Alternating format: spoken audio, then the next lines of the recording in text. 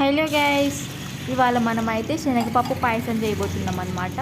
So ముందుగా పచ్చి శనగపప్పుని తీసుకొని మంచిగా వాష్ చేసుకోవాలి. సో వాష్ చేసుకున్న తర్వాత అందులో ఉన్న వాటర్ని వంపేసుకోవాలి. తర్వాత ఇంకొక 2 కప్స్ ఆఫ్ వాటర్ పోసేసుకొని ఇందులో మంచిగా నానబెట్టుకోవాలన్నమాట. తర్వాత ఒక పించ్ ఆఫ్ సాల్ట్ వేసుకొని కొంచెం నానబెట్టిన వాటిలో కొంచెం గీ కూడా వేయాలి. గీ ఎందుకు వేస్తున్నానంటే మనకి గీ వేస్తే అది పొంగిపోదు అనమాట, లేకపోతే పొంగిపోయి అంత గలీజ్గా అయిపోతుంది గ్యాస్ దగ్గర. సో మనం గీ కూడా వేసేసాక గ్యాస్ని ఇలా వెలిగించుకొని ఆ శనగపప్పును అయితే గ్యాస్ మీద పెట్టేసుకోవాలన్నమాట. అండ్ మనకు ఒక 4 to 5 విజిల్స్ రావాలి మ్యాక్సిమం. సో మెత్తగా ఉడికిపోతాయి మనకప్పుడు. మనకు ఆల్రెడీ ఒక విజిల్ అయితే వచ్చేసింది. అంతలోపు మనం ఇందులోకి సేమియాని వేపుకోవాలన్నమాట. సో ఇది మేము ఇంట్లో ప్రిపేర్ చేసుకున్న ఘీ, ప్యూర్ అనమాట. చాలా బాగుంటుంది. స్మెల్ అయితే ఇంకా అసలు చెప్పనవసరం లేదు. ప్యూర్ ఘీ ఎలా చేస్తారన్నది కూడా నేను వీడియో చేస్తాను, మీకు కావాలంటే కమెంట్ చేసేయండి. సో నేనైతే ఒక 4 to 5 టేబుల్ స్పూన్స్ ఆఫ్ ఘీ తీసుకొని లోలో పెట్టుకోవాలి గ్యాస్ని. లో ఫ్లేమ్లో పెట్టుకుంటే మనకి సేమియా అంత తొందరగా మాడదు. హై ఫ్లేమ్లో పెట్టుకుంటే తొందరగా మాడిపోతుంది అనమాట, మంచి స్మెల్ బాగోదు మళ్ళీ. సో ఇలా ఘీ కాసేపు వేడయ్యాక సేమియాని అయితే తీసుకోవాలి మనం.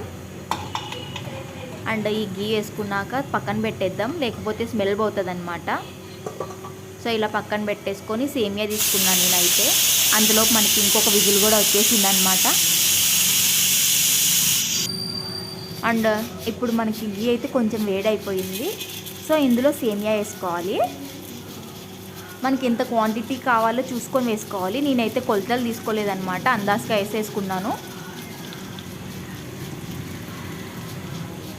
సో ఇలా నాకు కావాల్సినంత సేమియా తీసేసుకొని నేనైతే మంచిగా ఫ్రై చేసుకున్నాను అనమాట ఘీలో. ఆ స్మెల్కి అసలు చాలా బాగుండింది వేయించేటప్పుడు. కొన్నే కాబట్టి నేను చిన్న స్పూన్ తీసుకొని మంచిగా నెయ్యిలో వేయించేసాను. సో మనకి బ్రౌన్ కలర్ వచ్చేంత వరకు వేయించుకోవాలి ఈ సేమియాని. మనకి అప్పుడు మంచి స్మెల్ కూడా వస్తుంది. అండ్ ఎక్కువసేపు వేయించుకుంటే మాడిపోతుంది అనమాట. జాగ్రత్తగా లో ఫ్లేమ్లో పెట్టుకొని వేయించుకోవాలి, హై ఫ్లేమ్లో అస్సలు పెట్టకూడదు. సో ఇలా సేమియా అయితే కొంచెం ఇంకొక 1 minute అలా అయితే తీసేయచ్చు. సేమియా అయితే వేగిపోయింది మనకి పూర్తిగా. సో ఇది పక్కన పెట్టేసుకోవాలి వేయించిన సేమియాని. అండ్ తర్వాత మనకి శనగపప్పు కూడా మంచిగా ఉడికిపోయింది చూడండి, నేను వీడియోలో చూపిస్తున్నాను కదా, అలా మెత్తగా ఉడికిపోవాలన్నమాట. సో వన్స్ శనగపప్పు కూడా మంచిగా ఉడికిపోయిన తర్వాత గ్యాస్ని చిన్నగా పెట్టేసుకొని మనకు ఆల్రెడీ మనం వేయించుకున్న సేమియాని అందులోకి వేసేసుకోవాలన్నమాట. అంటే వేడి వేసాం కాబట్టి నెయ్యి సౌండ్ అలా వస్తుంది. అండ్ దీన్ని కూడా మంచిగా ఒక 5 to 10 minutes కుక్ చేసుకోవాలి. మనకి సేమియా కూడా మెత్తగా ఉడికిపోవాలన్నమాట. అండ్ అంతలోపు మనము ఇది రవ్వ అంటాము, మేమైతే బొంబాయి రవ్వ అంటాము, మీరేమంటారో కమెంట్ చేసేయండి. సో ఇలా కొంచెం రవ్వని తీసుకొని మనమైతే వాటర్ పోసేసుకొని ఒక 5 minutes అలా నానబెట్టుకోవాలి. మంచిగా మిక్స్ చేసుకోవాలన్నమాట. సో వాటర్లో మంచిగా మిక్స్ చేసుకొని నానబెట్టుకుంటే మనకు కన్సిస్టెన్సీ మంచిగా వస్తుంది పాయసంలో. అండ్ మనకైతే సేమియా కూడా ఉడికిపోయింది ఇక్కడ, చూసారా, అలా మెత్తగా అయిపోవాలి. ఇలా మంచిగా ఉడికిన తర్వాత మనం ఇందాక కలిపెట్టుకున్న ఆ రవ్వ వాటరే ఇందులో పోసేసుకోవాలన్నమాట. సో ఇలా థిక్గా అయిపోతుంది. మనం ఇంకొంచెం వాటర్ పోసుకోవాలి, లేకపోతే అది ఉండలుగా కట్టిపోతుంది, బాగోదు. సో నేనైతే కొంచెం వాటర్ పోసేసుకున్నాను.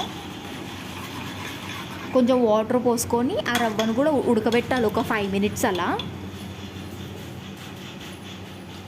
మనం తిప్పుతూనే ఉండాలన్నమాట, లేకపోతే ఇది గడ్డలు కట్టేస్తుంది. అంటే చిన్నగా సపరేట్ అయిపోతుంది గడ్డలు కట్టేసి, అసలు పాయసం బాగోదు అలా అయితే. అందుకనే నేను తిప్పుతూనే ఉన్నాను. అండ్ ఇలా కొంచెం సేపు ఆ రవ్వ ఉడికింది అనేసరికి మనం అంతలోపు బెల్లం ప్రిపేర్ చేసుకుందాం.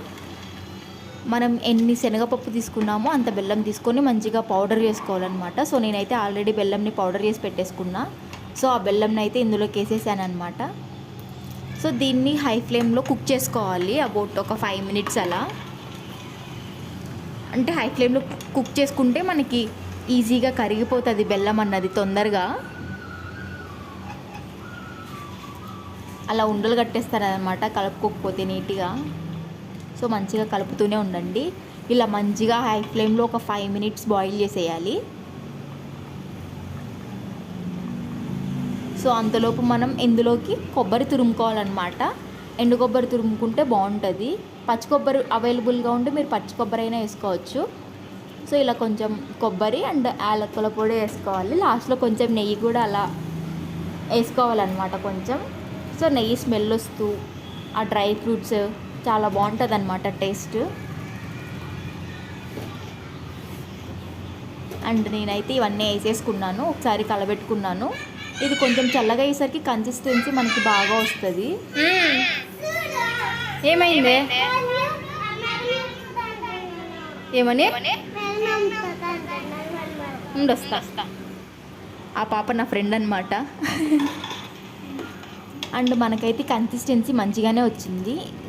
కొంచెం వాటర్ పోసుకోవడమే బెస్ట్, ఎందుకంటే చల్లగా అయిన తర్వాత అది ఎలాగో గట్టిగా అయిపోతుంది. అండ్ ఇలాంటి మరిన్ని వీడియోస్ కావాలంటే do like, share and subscribe guys. అంతే మరి వాళ్ళ